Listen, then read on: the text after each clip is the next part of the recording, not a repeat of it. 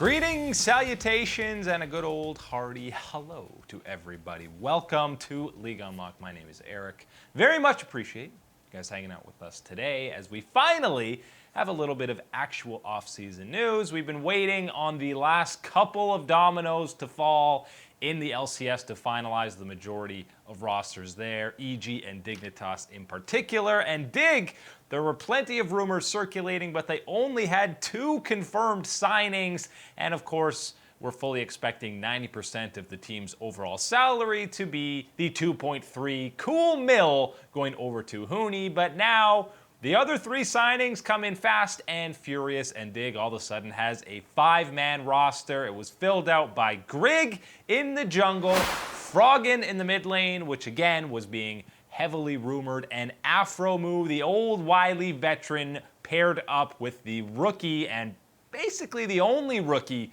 in the LCS, making up the bottom lane for Dig. And people are not happy that Huni is the only returning member from that 2019 Worlds roster, and I tend to agree. Why would you break up all of that inherent synergy that was already there? Demonte and Huni seem to get along very well. Cody's son, I guess they allowed him to be bought out, and Vulcan, they got some money back so that they could actually afford Huni. But on paper now that we see these starting 5, how confident are you in this being a playoff team? I feel like there's going to be a lot of teams that we're talking about in kind of that 5 to 8 area that half are making playoffs, half are not. I don't know which way to go yet on this Dig roster.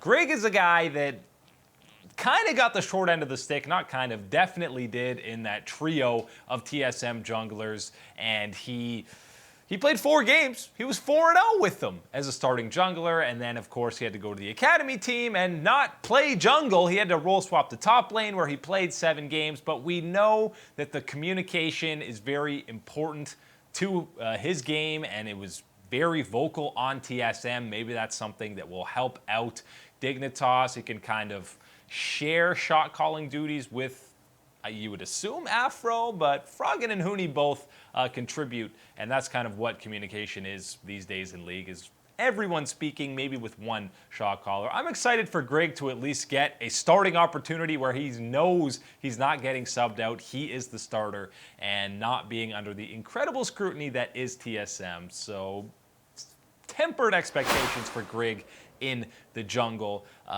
There are still some exciting signings here. Now, Grig and Johnson are still relatively unproven. I'm giving Grig the unproven because we haven't seen what he can do. But somebody like Froggen has obviously been around since, Season 2. And every year that he's in the LCS, you kind of say, okay, this is probably, again, the best roster that he's had in North America, and I think this roster is better than the Golden Guardians one that they made playoffs with in 2019. It was really Froggen and Hanser doing the very heavy lifting, and God bless Hanser for sticking around on that GGS roster, but the potential ceiling that Johnson has as an AD carry, even with Aphro, who's been struggling the last year, I think that bot lane has more potential, and Froggen, with somebody like Huni in the top lane drawing incredible amounts of pressure, we still have the potential to see Froggen carry a lot of these games like he did with the Guardians. But I think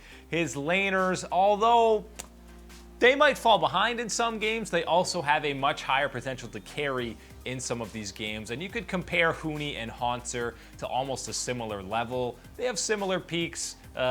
Maybe Huni's is a bit higher with more lows as well, because he sometimes will cost you entire laning phases or the game entirely. But across the board, I think Grig is probably still going to be an upgrade over Contracts, what we saw in 2019.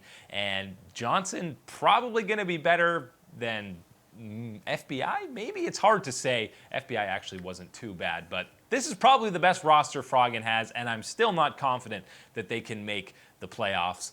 The bot lane is also very intriguing, obviously, with that typical youth with veteran Aphro. We've seen him work with and groom some great AD carries. Stixxay, Cody Sun already had a year under his belt, but he really got to another level the year that Aphro was MVP in his first split ever with 100 Thieves in 2018 spring. And the question is, and probably the biggest question mark for me on this team, is can Aphro get back to that MVP level? I know in esports and especially League of Legends, when somebody kind of has a down year after they've been on the scene for multiple years, the motto is there's no way they ever get back to that level. There's no way that they will be a fantastic player again or reach that MVP level. But I still think Aphro is capable of doing that. He's been the captain of so many different teams, and he really, it's just about finding that new maybe synergy with the team. You saw him kind of be rejuvenated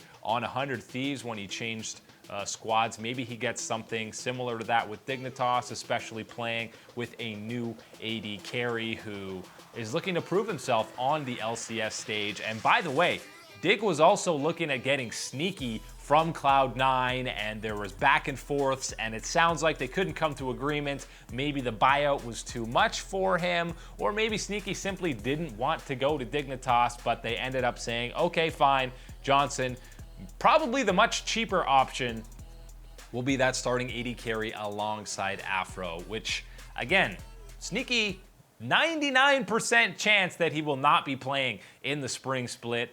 The first time since Season 3, we will not be seeing him on the LCS stage. That's a little crazy. Maybe something changes and we see him sign on with a roster in 2020 summer when some of these rosters inevitably are going to struggle and look for Sneaky as the savior to come in. We're kind of looking at you, Immortals, potentially with that bottom lane. But for now, for Dig, it is Johnson and Aphro in the bottom lane. And it's always good to pair these rookies with an established support who has seen it all, been to Worlds, been to an MSI final, won LCS splits.